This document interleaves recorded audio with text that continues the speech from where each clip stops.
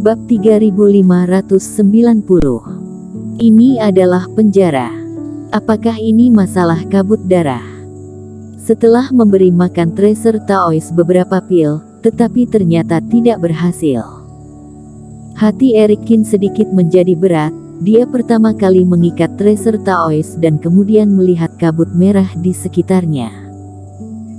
Kabut darah jenis ini mirip dengan kabut abu-abu beracun sebelumnya yang membuat orang gila, tetapi kabut abu-abu membuat orang menjadi ganas dan haus darah, tetapi kabut ini tampaknya membuat orang jatuh ke dalam halusinasi.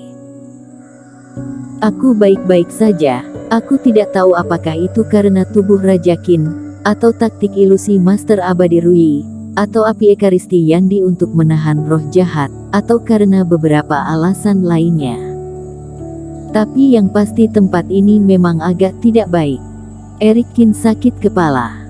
Pertama, Clarence terluka parah, lalu Tracer Taois juga terkena halusinasi.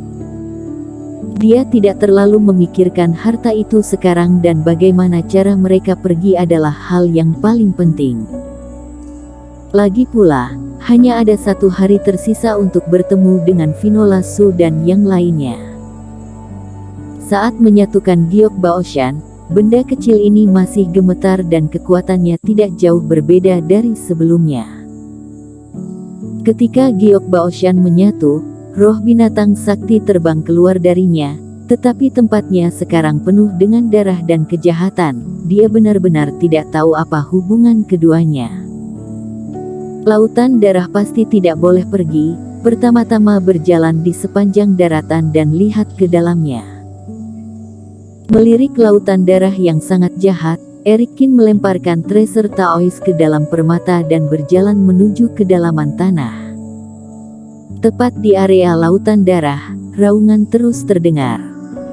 Sungguh mengherankan bahwa beberapa bayangan terus-menerus bertarung. Di antara mereka, ketiga sosok tersebut adalah 2 pria dan 1 wanita dan mereka bertarung melawan sosok berupa kabut darah di depan mereka. Meskipun 3 lawan 1, tapi 3 orang inilah yang ditekan. Sosok kabut darah ini tidak memiliki tubuh asli dan ketiga orang itu menyerang dengan tinju dan tendangan mereka dan bahkan ketika kabut itu tersebar, mereka akan pulih dengan cepat. Aku khawatir kali ini sudah berakhir. Cindy, lari dan beritahu Paman Yuan bahwa daerah ini tidak dapat dikunjungi di masa depan. Di antara ketiganya, si tua yang sedang berjuang melawan orang berdarah itu, berteriak pada satu-satunya wanita secara bersamaan. Ekspresi wanita itu penuh perjuangan. Paman Zhu, mengapa kamu tidak bertahan sebentar lagi? Mungkin Paman Yuan dan yang lainnya menemukan sesuatu yang salah dan akan membawa seseorang untuk membantu kita. Mereka bertiga berurusan dengan orang berdarah ini dan masih ada peluang untuk menang.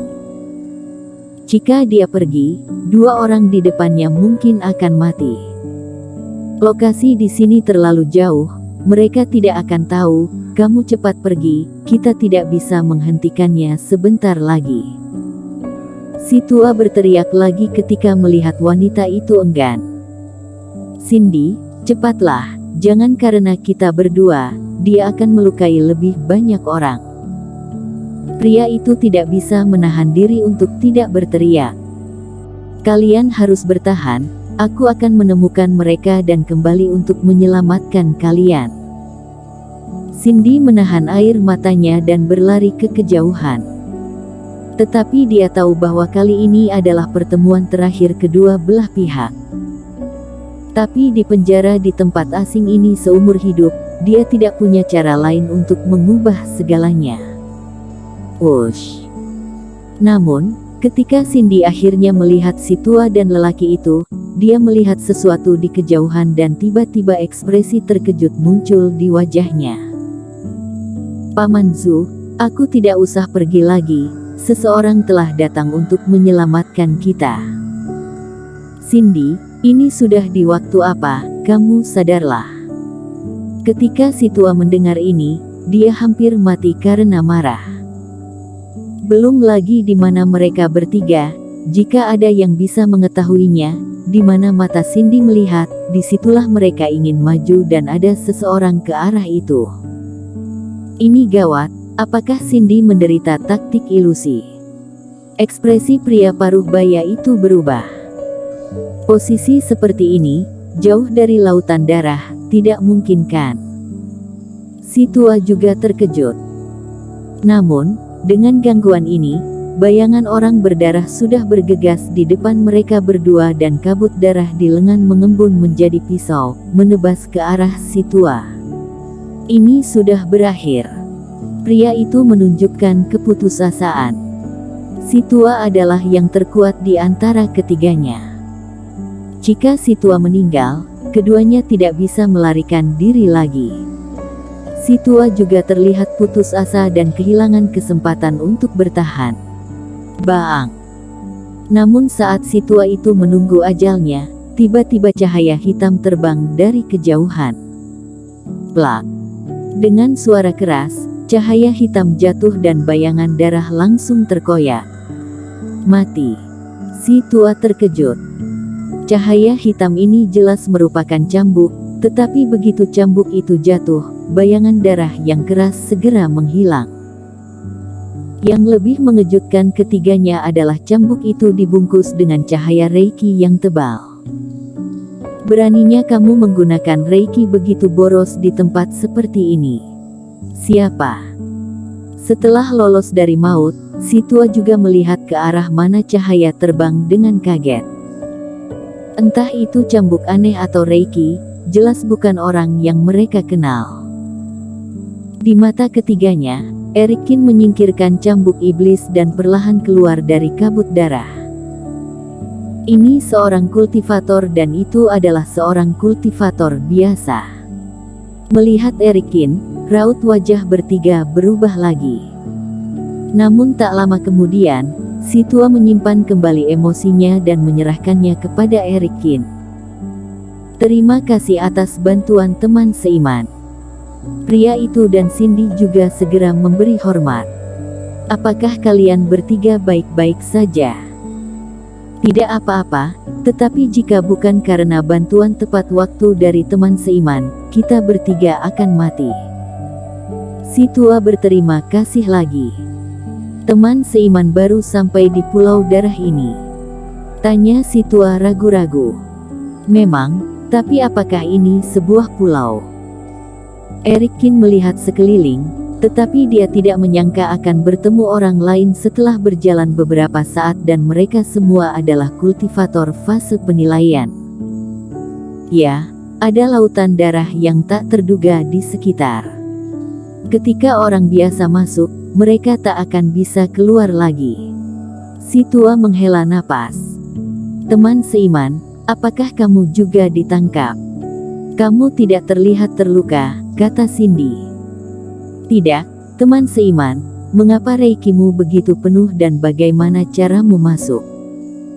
Setelah Cindy mengatakan ini, raut wajah si tua juga berubah. Dia sedikit terkejut ketika melihat Erikin menjalankan Reiki tanpa ragu, tetapi sekarang ketika dia melihat Erikin, dia menemukan bahwa situasinya memang salah. Apa maksudmu? Kalian semua ditangkap. Erikin dengan cermat mengamati informasi dalam kata-kata ketiga orang itu. Itu benar, kita semua ditangkap oleh aliansi berdarah, bukankah teman seiman juga begitu? Ya, aku mengambil inisiatif untuk masuk karena beberapa keadaan yang tidak terduga. Kamu datang ke sini atas inisiatifmu sendiri. Kali ini giliran si tua yang tercengang. Mereka sudah hidup begitu lama, ini pertama kalinya mereka melihat seseorang berinisiatif untuk lari ke tempat seperti ini. Ada apa? Teman seiman tidak tahu bahwa pulau darah ini adalah penjara di mana tidak akan pernah ada orang yang bisa melarikan diri dari sini. Si tua tersenyum pahit. Segera setelah itu, ketiganya memimpin Erikin ke depan dan pada saat yang sama, mereka memperkenalkan situasi kepada Erikin pada saat yang sama. Meskipun mereka bertiga tidak mengenal Erikin, Dia telah menyelamatkan hidup mereka dan perbedaan antara hidup dan mati di tempat ini tidak terlalu besar, jadi tidak ada yang mengambil banyak tindakan pencegahan.